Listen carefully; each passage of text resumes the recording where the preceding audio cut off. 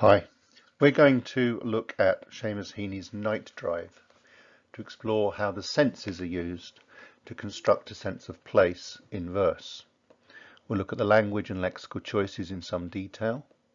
We'll study the precise meaning and how it's crafted in literary technique.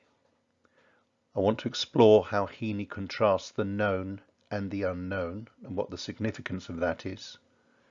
How he uses adverbials and temporal markers to construct the narrative through the text, to deconstruct and understand the nature of that narrative recounting, and to explore how memory of time and place is thereby crafted. Finally, we'll reach a sense of the poetic voice and Heaney's viewpoint. Look at the picture on the screen of this road taking you into the distance, on a journey to somewhere. What is your favourite saying of the ones you're about to see and hear?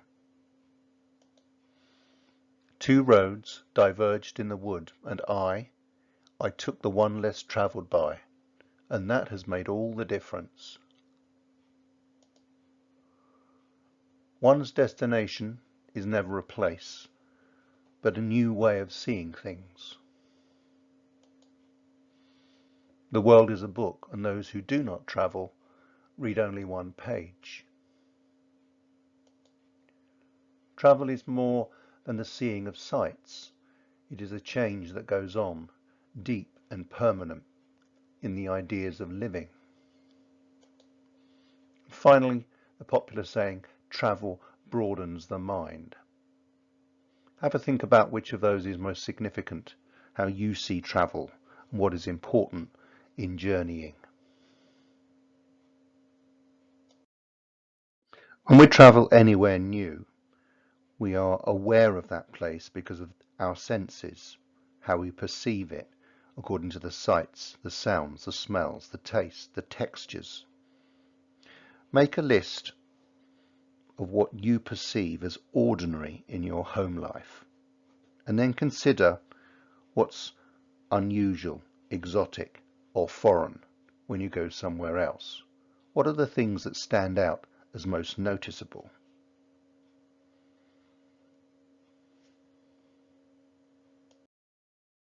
Here are some suggestions for how we might classify and perceive things by our senses.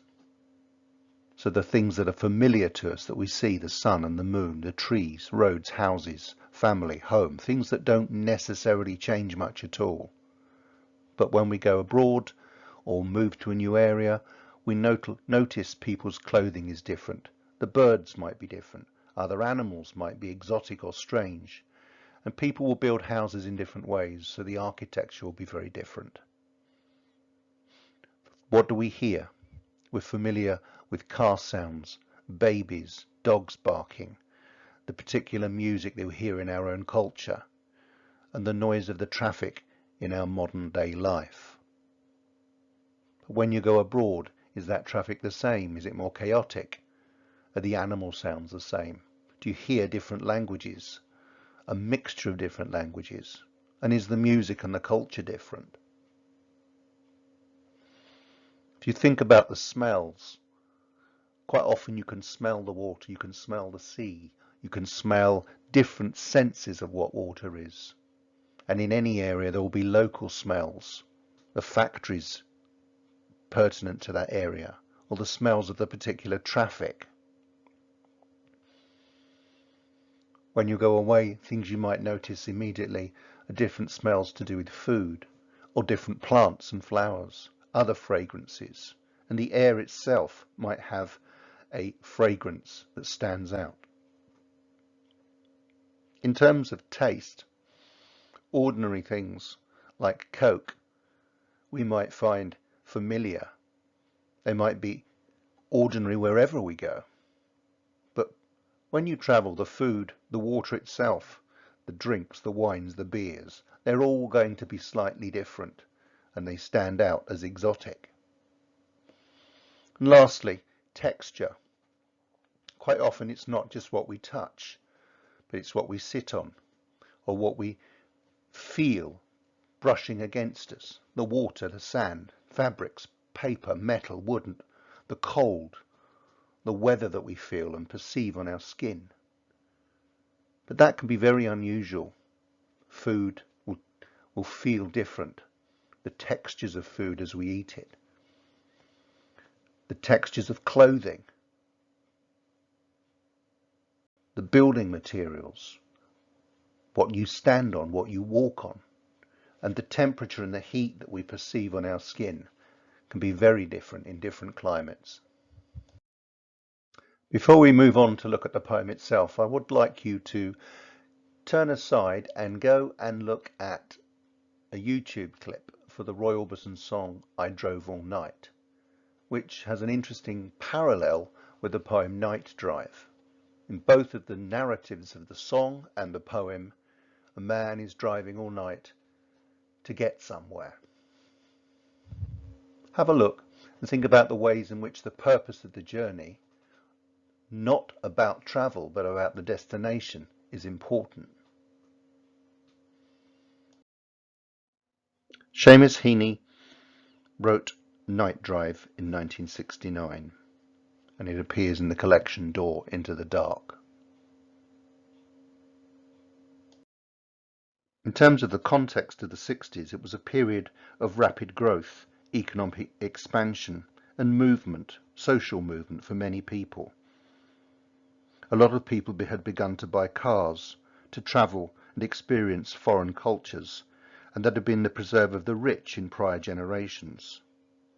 In the poem, Heaney drives across France to join his wife, who is waiting for him in the south of France. In the pictures you can see here are images of French towns and villages from the 1960s. These are the kinds of places Heaney could have visited, except that he drives all night and passes this by. Night Drive. The smells of ordinariness were new on the night drive through France. Rain and hay and woods on the air made warm draughts in the open car. Signposts whitened relentlessly. Montreuil, Abbéville, Beauvais were promised, came and went, each place granting its name's fulfilment. A combine groaning its way late, bled seeds across its work light. A forest fire smouldered out, one by one small cafés shut. I thought of you continuously 1,000 miles south, where Italy laid its loin to France on the darkened sphere. Your ordinariness was renewed there.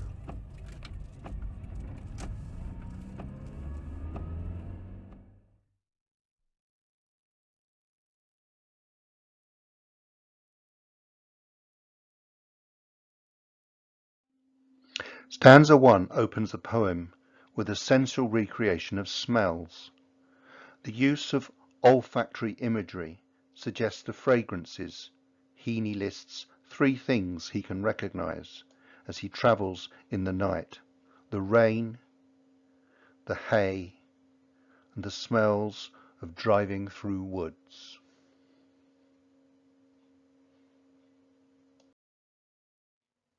The title of the poem, Night Drive, seems rather mundane and ordinary in its generic nature.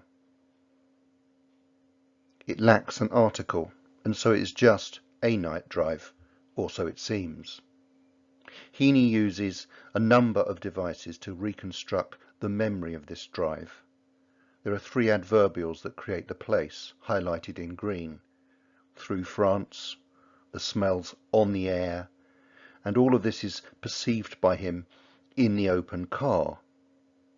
But the main sense, the main clause and sentence of the stanza here is the smells and how familiar they are in their ordinariness. This abstract noun is the conceptual start of the poem. Notice the definitive article highlights them and relates them to the precise night drive of the memory. The smells the night drive. And it is these smells that were new and made the air warm. They are the subject of the verbs. Notice the binary contrast of new and ordinary, which also suggests these things are pleasant to Heaney, as they made the draughts warm. The ordinary and familiar seems new and strange in this foreign land. The two adjectives convey his attitude to the simple list of nouns. These are marked in brown here. The smells, the drive, the rain, hay, woods, and draughts. These are all seen as positive.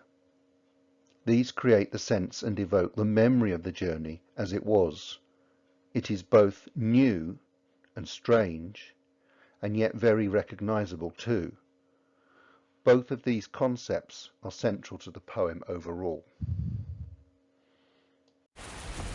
In stanza 2, Heaney recreates a sense of place by what is seen. However, since it is dark and night, he sees very little of France.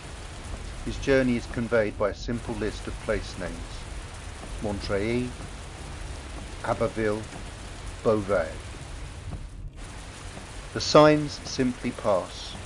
They promise much in terms of places to visit, but Heaney only has the name and a sense of experience, as he has to be satisfied and fulfilled by simply passing. Stanza 2 is predominantly a list of things and actions, of nouns and verbs. The journey is thereby conveyed in what is seen and what happens. The adverb relentlessly shows the length of the journey, but it also conveys Heaney's determination to drive on. The signposts whiten as the car lights glare past them, the only bright thing he sees, so it seems. The proper nouns listed show all that he perceives of France, and the repetition of the promise suggests so much on offer, but a disappointing response in came and went, with no comment, no observation, no experience to relate. In fact, all Heaney has is the abstract noun concept of fulfilment, metaphorically granted by the names, as if by personifying them he has granted something in a name at least. In the next stanza, Heaney, with experience of rural Ireland, recognises the sound of the combine harvester. He personifies it as groaning to convey the long hours and the late work of farming, and the metaphor of bled, seeds, suggests a vague sense of suffering or sacrifice. More sensory perception is evoked in the sights and smells of the forest fire that smoulders somewhere nearby, but it is not commented on as he passes on. The fixed expression one by one conveys the passage of time as a temporal marker, and the fact that the cafés are small suggests the towns are isolated, rural, closing as he travels south. So the first three stanzas have described the sights, the sounds, and the smells of France as Heaney journeys south on his travels. Time is shown to pass wearily through the night as he drives on, only reflecting on a few perceptions of the strangeness of France. In the fourth and final stanza, there is a volta as the poem turns to address Heaney's real purpose. The significance of the memory shifts its focus as he switches to the first person pronoun, I, to relate his actions as he drove.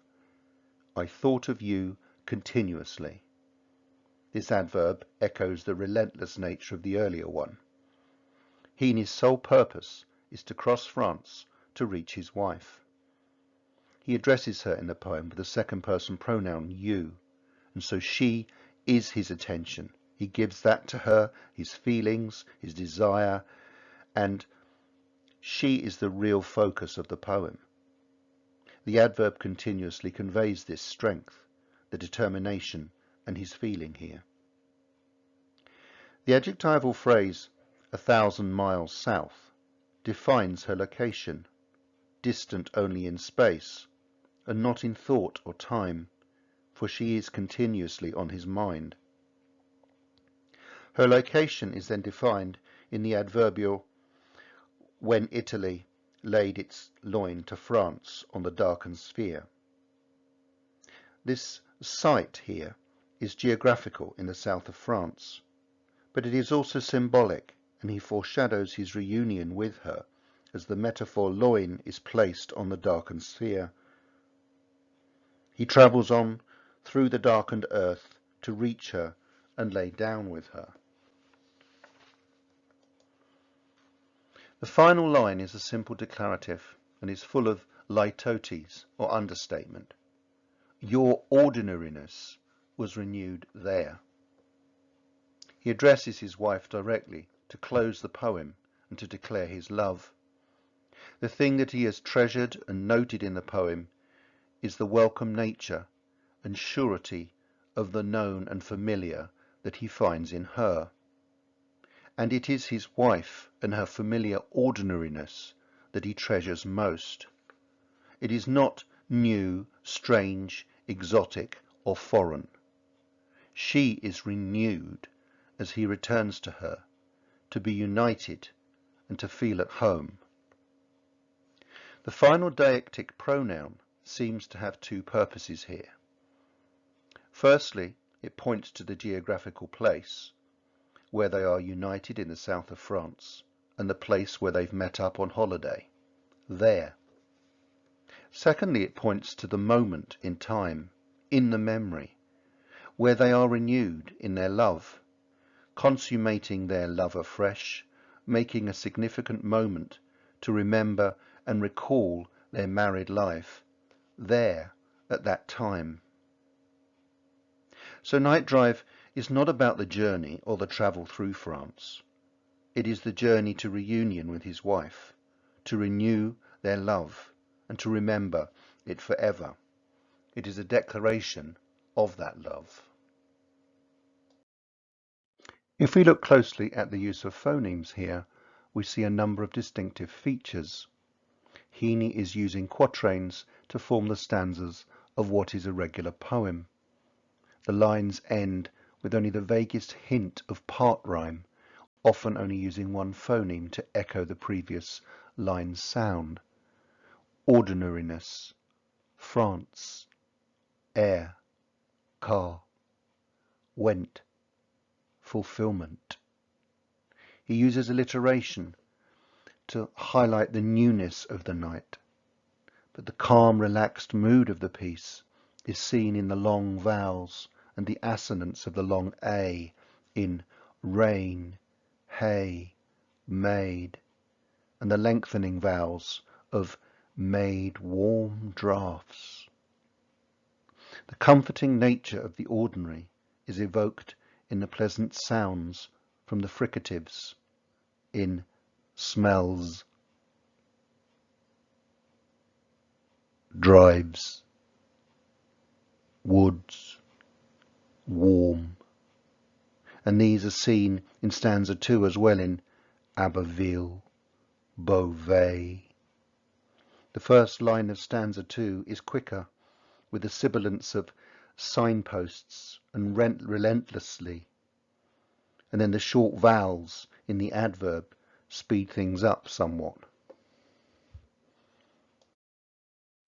In stanza 3, after the onomatopoeia of groaning in the personification, the longer vowels add a sense of calm in seeds, fire, smouldered.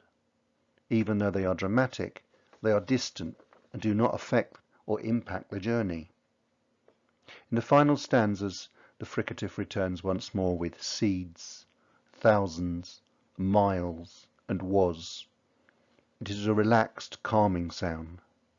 And the sounds in the last line move from the shorter vowels of ordinariness, with its sibilants, and the harder S's, and the slow softening of was renewed there. This creates the easing, calming cadence of the final line. The metaphor of loins relates to the body between the hips and the lowest ribs. In literary terms, it is regarded as the midriff and the region of sexual organs. So, euphemistically, it can refer to the sex organs themselves. In the Old Testament, manly men had to gird up their loins to go into battle, to be able to be active and mobile. Now just listen once more to the whole poem as a declaration of Heaney's love. Night Drive. The smells of ordinariness were new on the night drive through France. Rain and hay and woods on the air made warm draughts in the open car. Signposts whitened relentlessly. Montreuil, Abbéville, Beauvais were promised, came and went, each place granting its name's fulfilment.